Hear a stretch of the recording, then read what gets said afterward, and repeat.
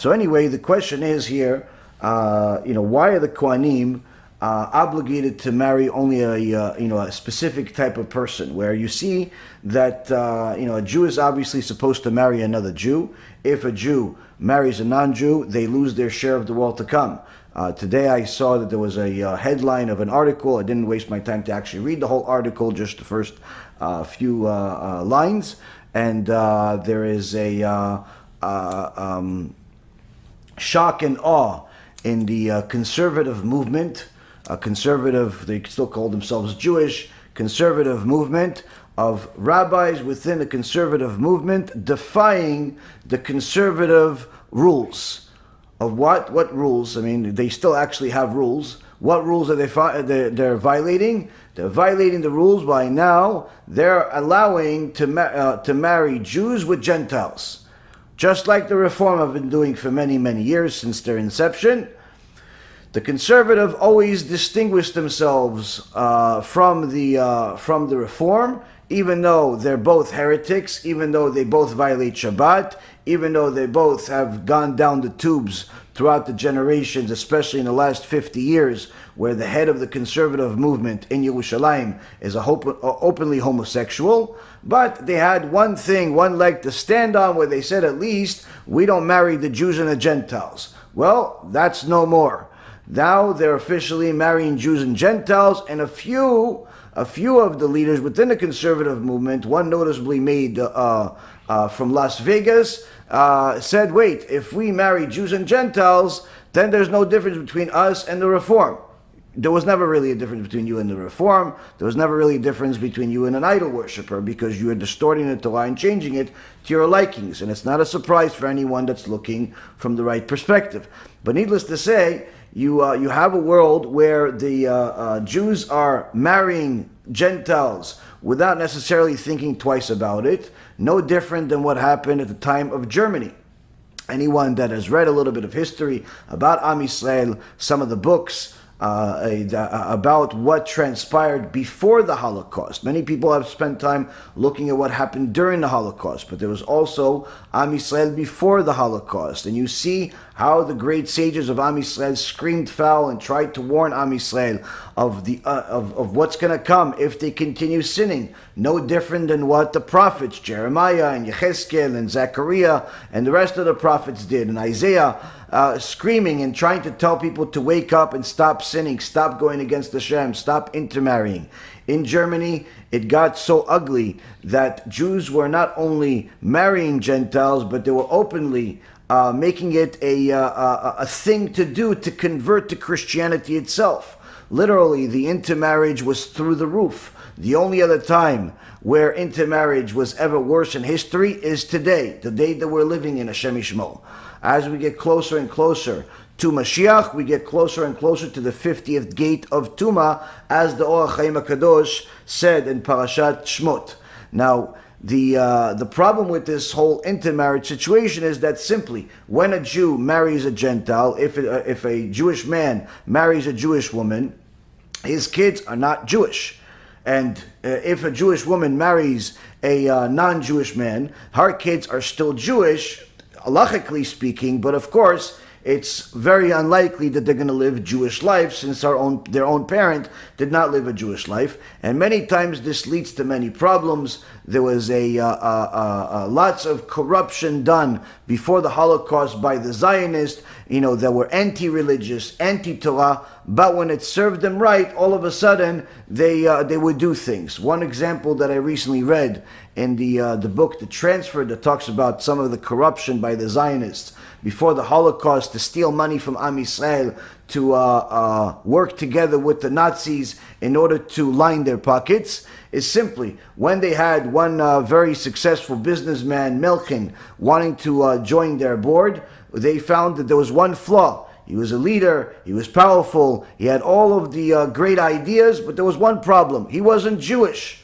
He wasn't Jewish, but he was an avid Zionist. Why? Because his father His father was Jewish, but his mom was not Jewish. So you can't have this guy join a Jewish organization if he's not Jewish. So what do? They converted him. Now you would think, oh, this is great. Why is that a bad thing? Because it was a fake conversion. Because the guy was is documented as still a member of the church, literally less than a month before they converted him.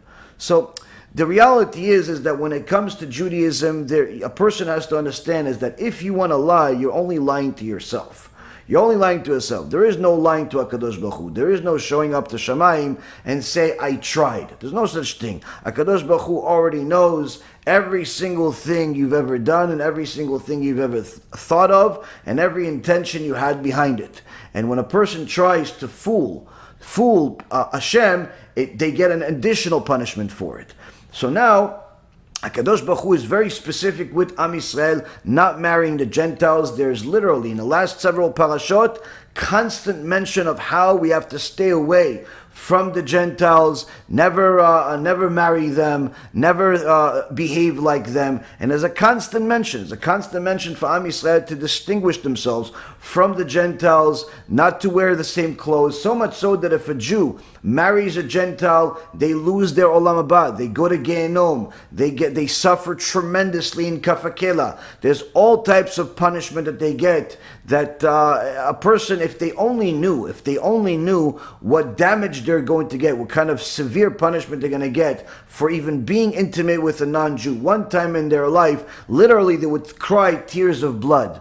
But of course, most people are ignorant and they run away from the truth in every chance that they get, and they have a lot of so-called rabbis that support their heretical behavior, as long as the check continues to clear for their donations. And unfortunately, this is one of the things that the prophet Jeremiah cried about, when all types of false prophets would try to give people the news they wanted to hear, the good news, where this prophet, fake prophet it ends up being, says to everyone, stop listening to Jeremiah, he's full of negativity, full of warnings, don't worry, God talked to me, and in 2 years, Nebuchadnezzar, he's going down, and Hashem is going to rebuild the Bet HaMikdash. And he did this after publicly embarrassing Jeremiah. Jeremiah spoke to HaKadosh Baruch Hu, and HaKadosh Baruch Hu says, I never spoke to this guy, he's a liar. Tell Am Yisrael that because of him, they're going to get an additional punishment. They're going to get an additional punishment because they believed him. And him, as a liar, he's going to die this year. Jeremiah comes back to Am Yisrael and tells him, this is exactly what happens. This is Jeremiah, I believe, chapter 28. Just learned it today with Rabbi Ephraim, went through some of the details, B'siyata Dishmaya, and this prophet is told in front of everyone, because you are a liar, you're going to die this year. And if you look at the dates of when everything happened, literally within 2 months, this guy died. This guy died, and of course his prophecy of good news never transpired. Now one would ask, why? Why is it such a bad thing? Even if you're lying, like Friedman, Manis Friedman's son told me. So what if he's lying a little bit? What do you care? Look at the results. So why would giving people false hope be such a bad thing? Because giving people false hope is changing the Torah. Giving people false hope is against HaKadosh Baruch Hu, because HaKadosh Baruch Hu's signature is emet. Now, when HaKadosh Baruch Hu gives us bad news, he's telling us if we do bad things would happen. It's not because he wants us to be scared because there's some type of good coming out of his personal joy of us being scared. It's when the prophets that he sends to tell people the truth are out there, and they're warning people of all types of damage that will happen to them if they continue with the bad behavior going against the Torah. It's not because HaKadosh Baruch Hu is happy that these prophets are scaring people. Rather, he's happy because they're warning them, because now that certain people are warned, they now are going to have a legitimate chance to make an educated decision to change their ways. It's not a scare tactic, but rather a warning. And a warning is something that all of us need, all of us depend on. You have warnings in traffic, you have warnings on medicine bottles, you have warnings on food. All of us require warnings. But unfortunately today, the warnings have turned into scare tactics, and people run away from them, especially when they have fakers telling them to run away from fear of Hashem. Now, of course, we have a Kadosh Baruch Hu that tells us, It's extremely important for a Jew to marry a non-Jew and also to separate themselves from the non-Jews. Separate themselves as much as possible. Surely you can do business with them. Surely you can, be cordial and friendly. But when it comes to befriending them to such a close point where your kids and their kids are playing together on a regular basis, they're invited to your house on a regular basis to eat dinner and so on, there lies the problem. Why? Because if you make it normal for your kids to see non-Jews in your house, that they could be, hang out at all times, and this non-Jew is not intending on converting. This is simply a non-Jew that believes in Yeshu, Imach Shimo, lives in Muhammad, or even if he believes in God, simply he's just a decent person, and you want to be a friend with him, and you want his kids to play with your kids because you think it's a good idea. The Gemara in Masechet Avodah Zarah says such a thing is forbidden. Why? Because even though you can decipher the difference between you and him, you can decipher the difference between you and her, your kids are not going to be able to do it. And therefore, they're going to see if they're able to grow up together, then what's the difference between them and a Jew, and end up marrying each other. And unfortunately, this is what happened throughout our history.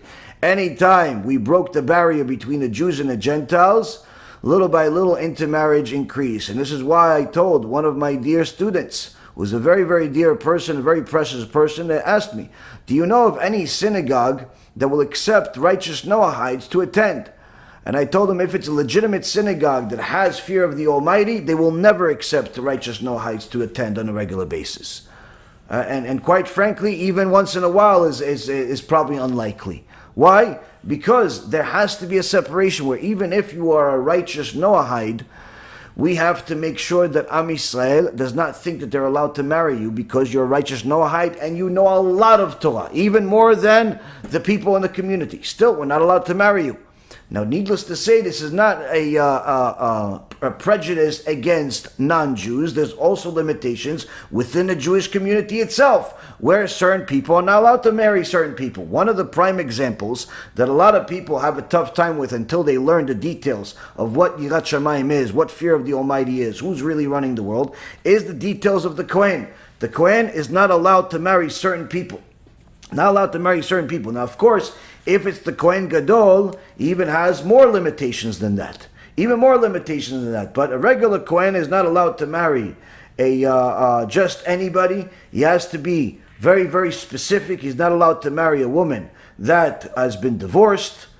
He's not allowed to marry a woman that is a harlot.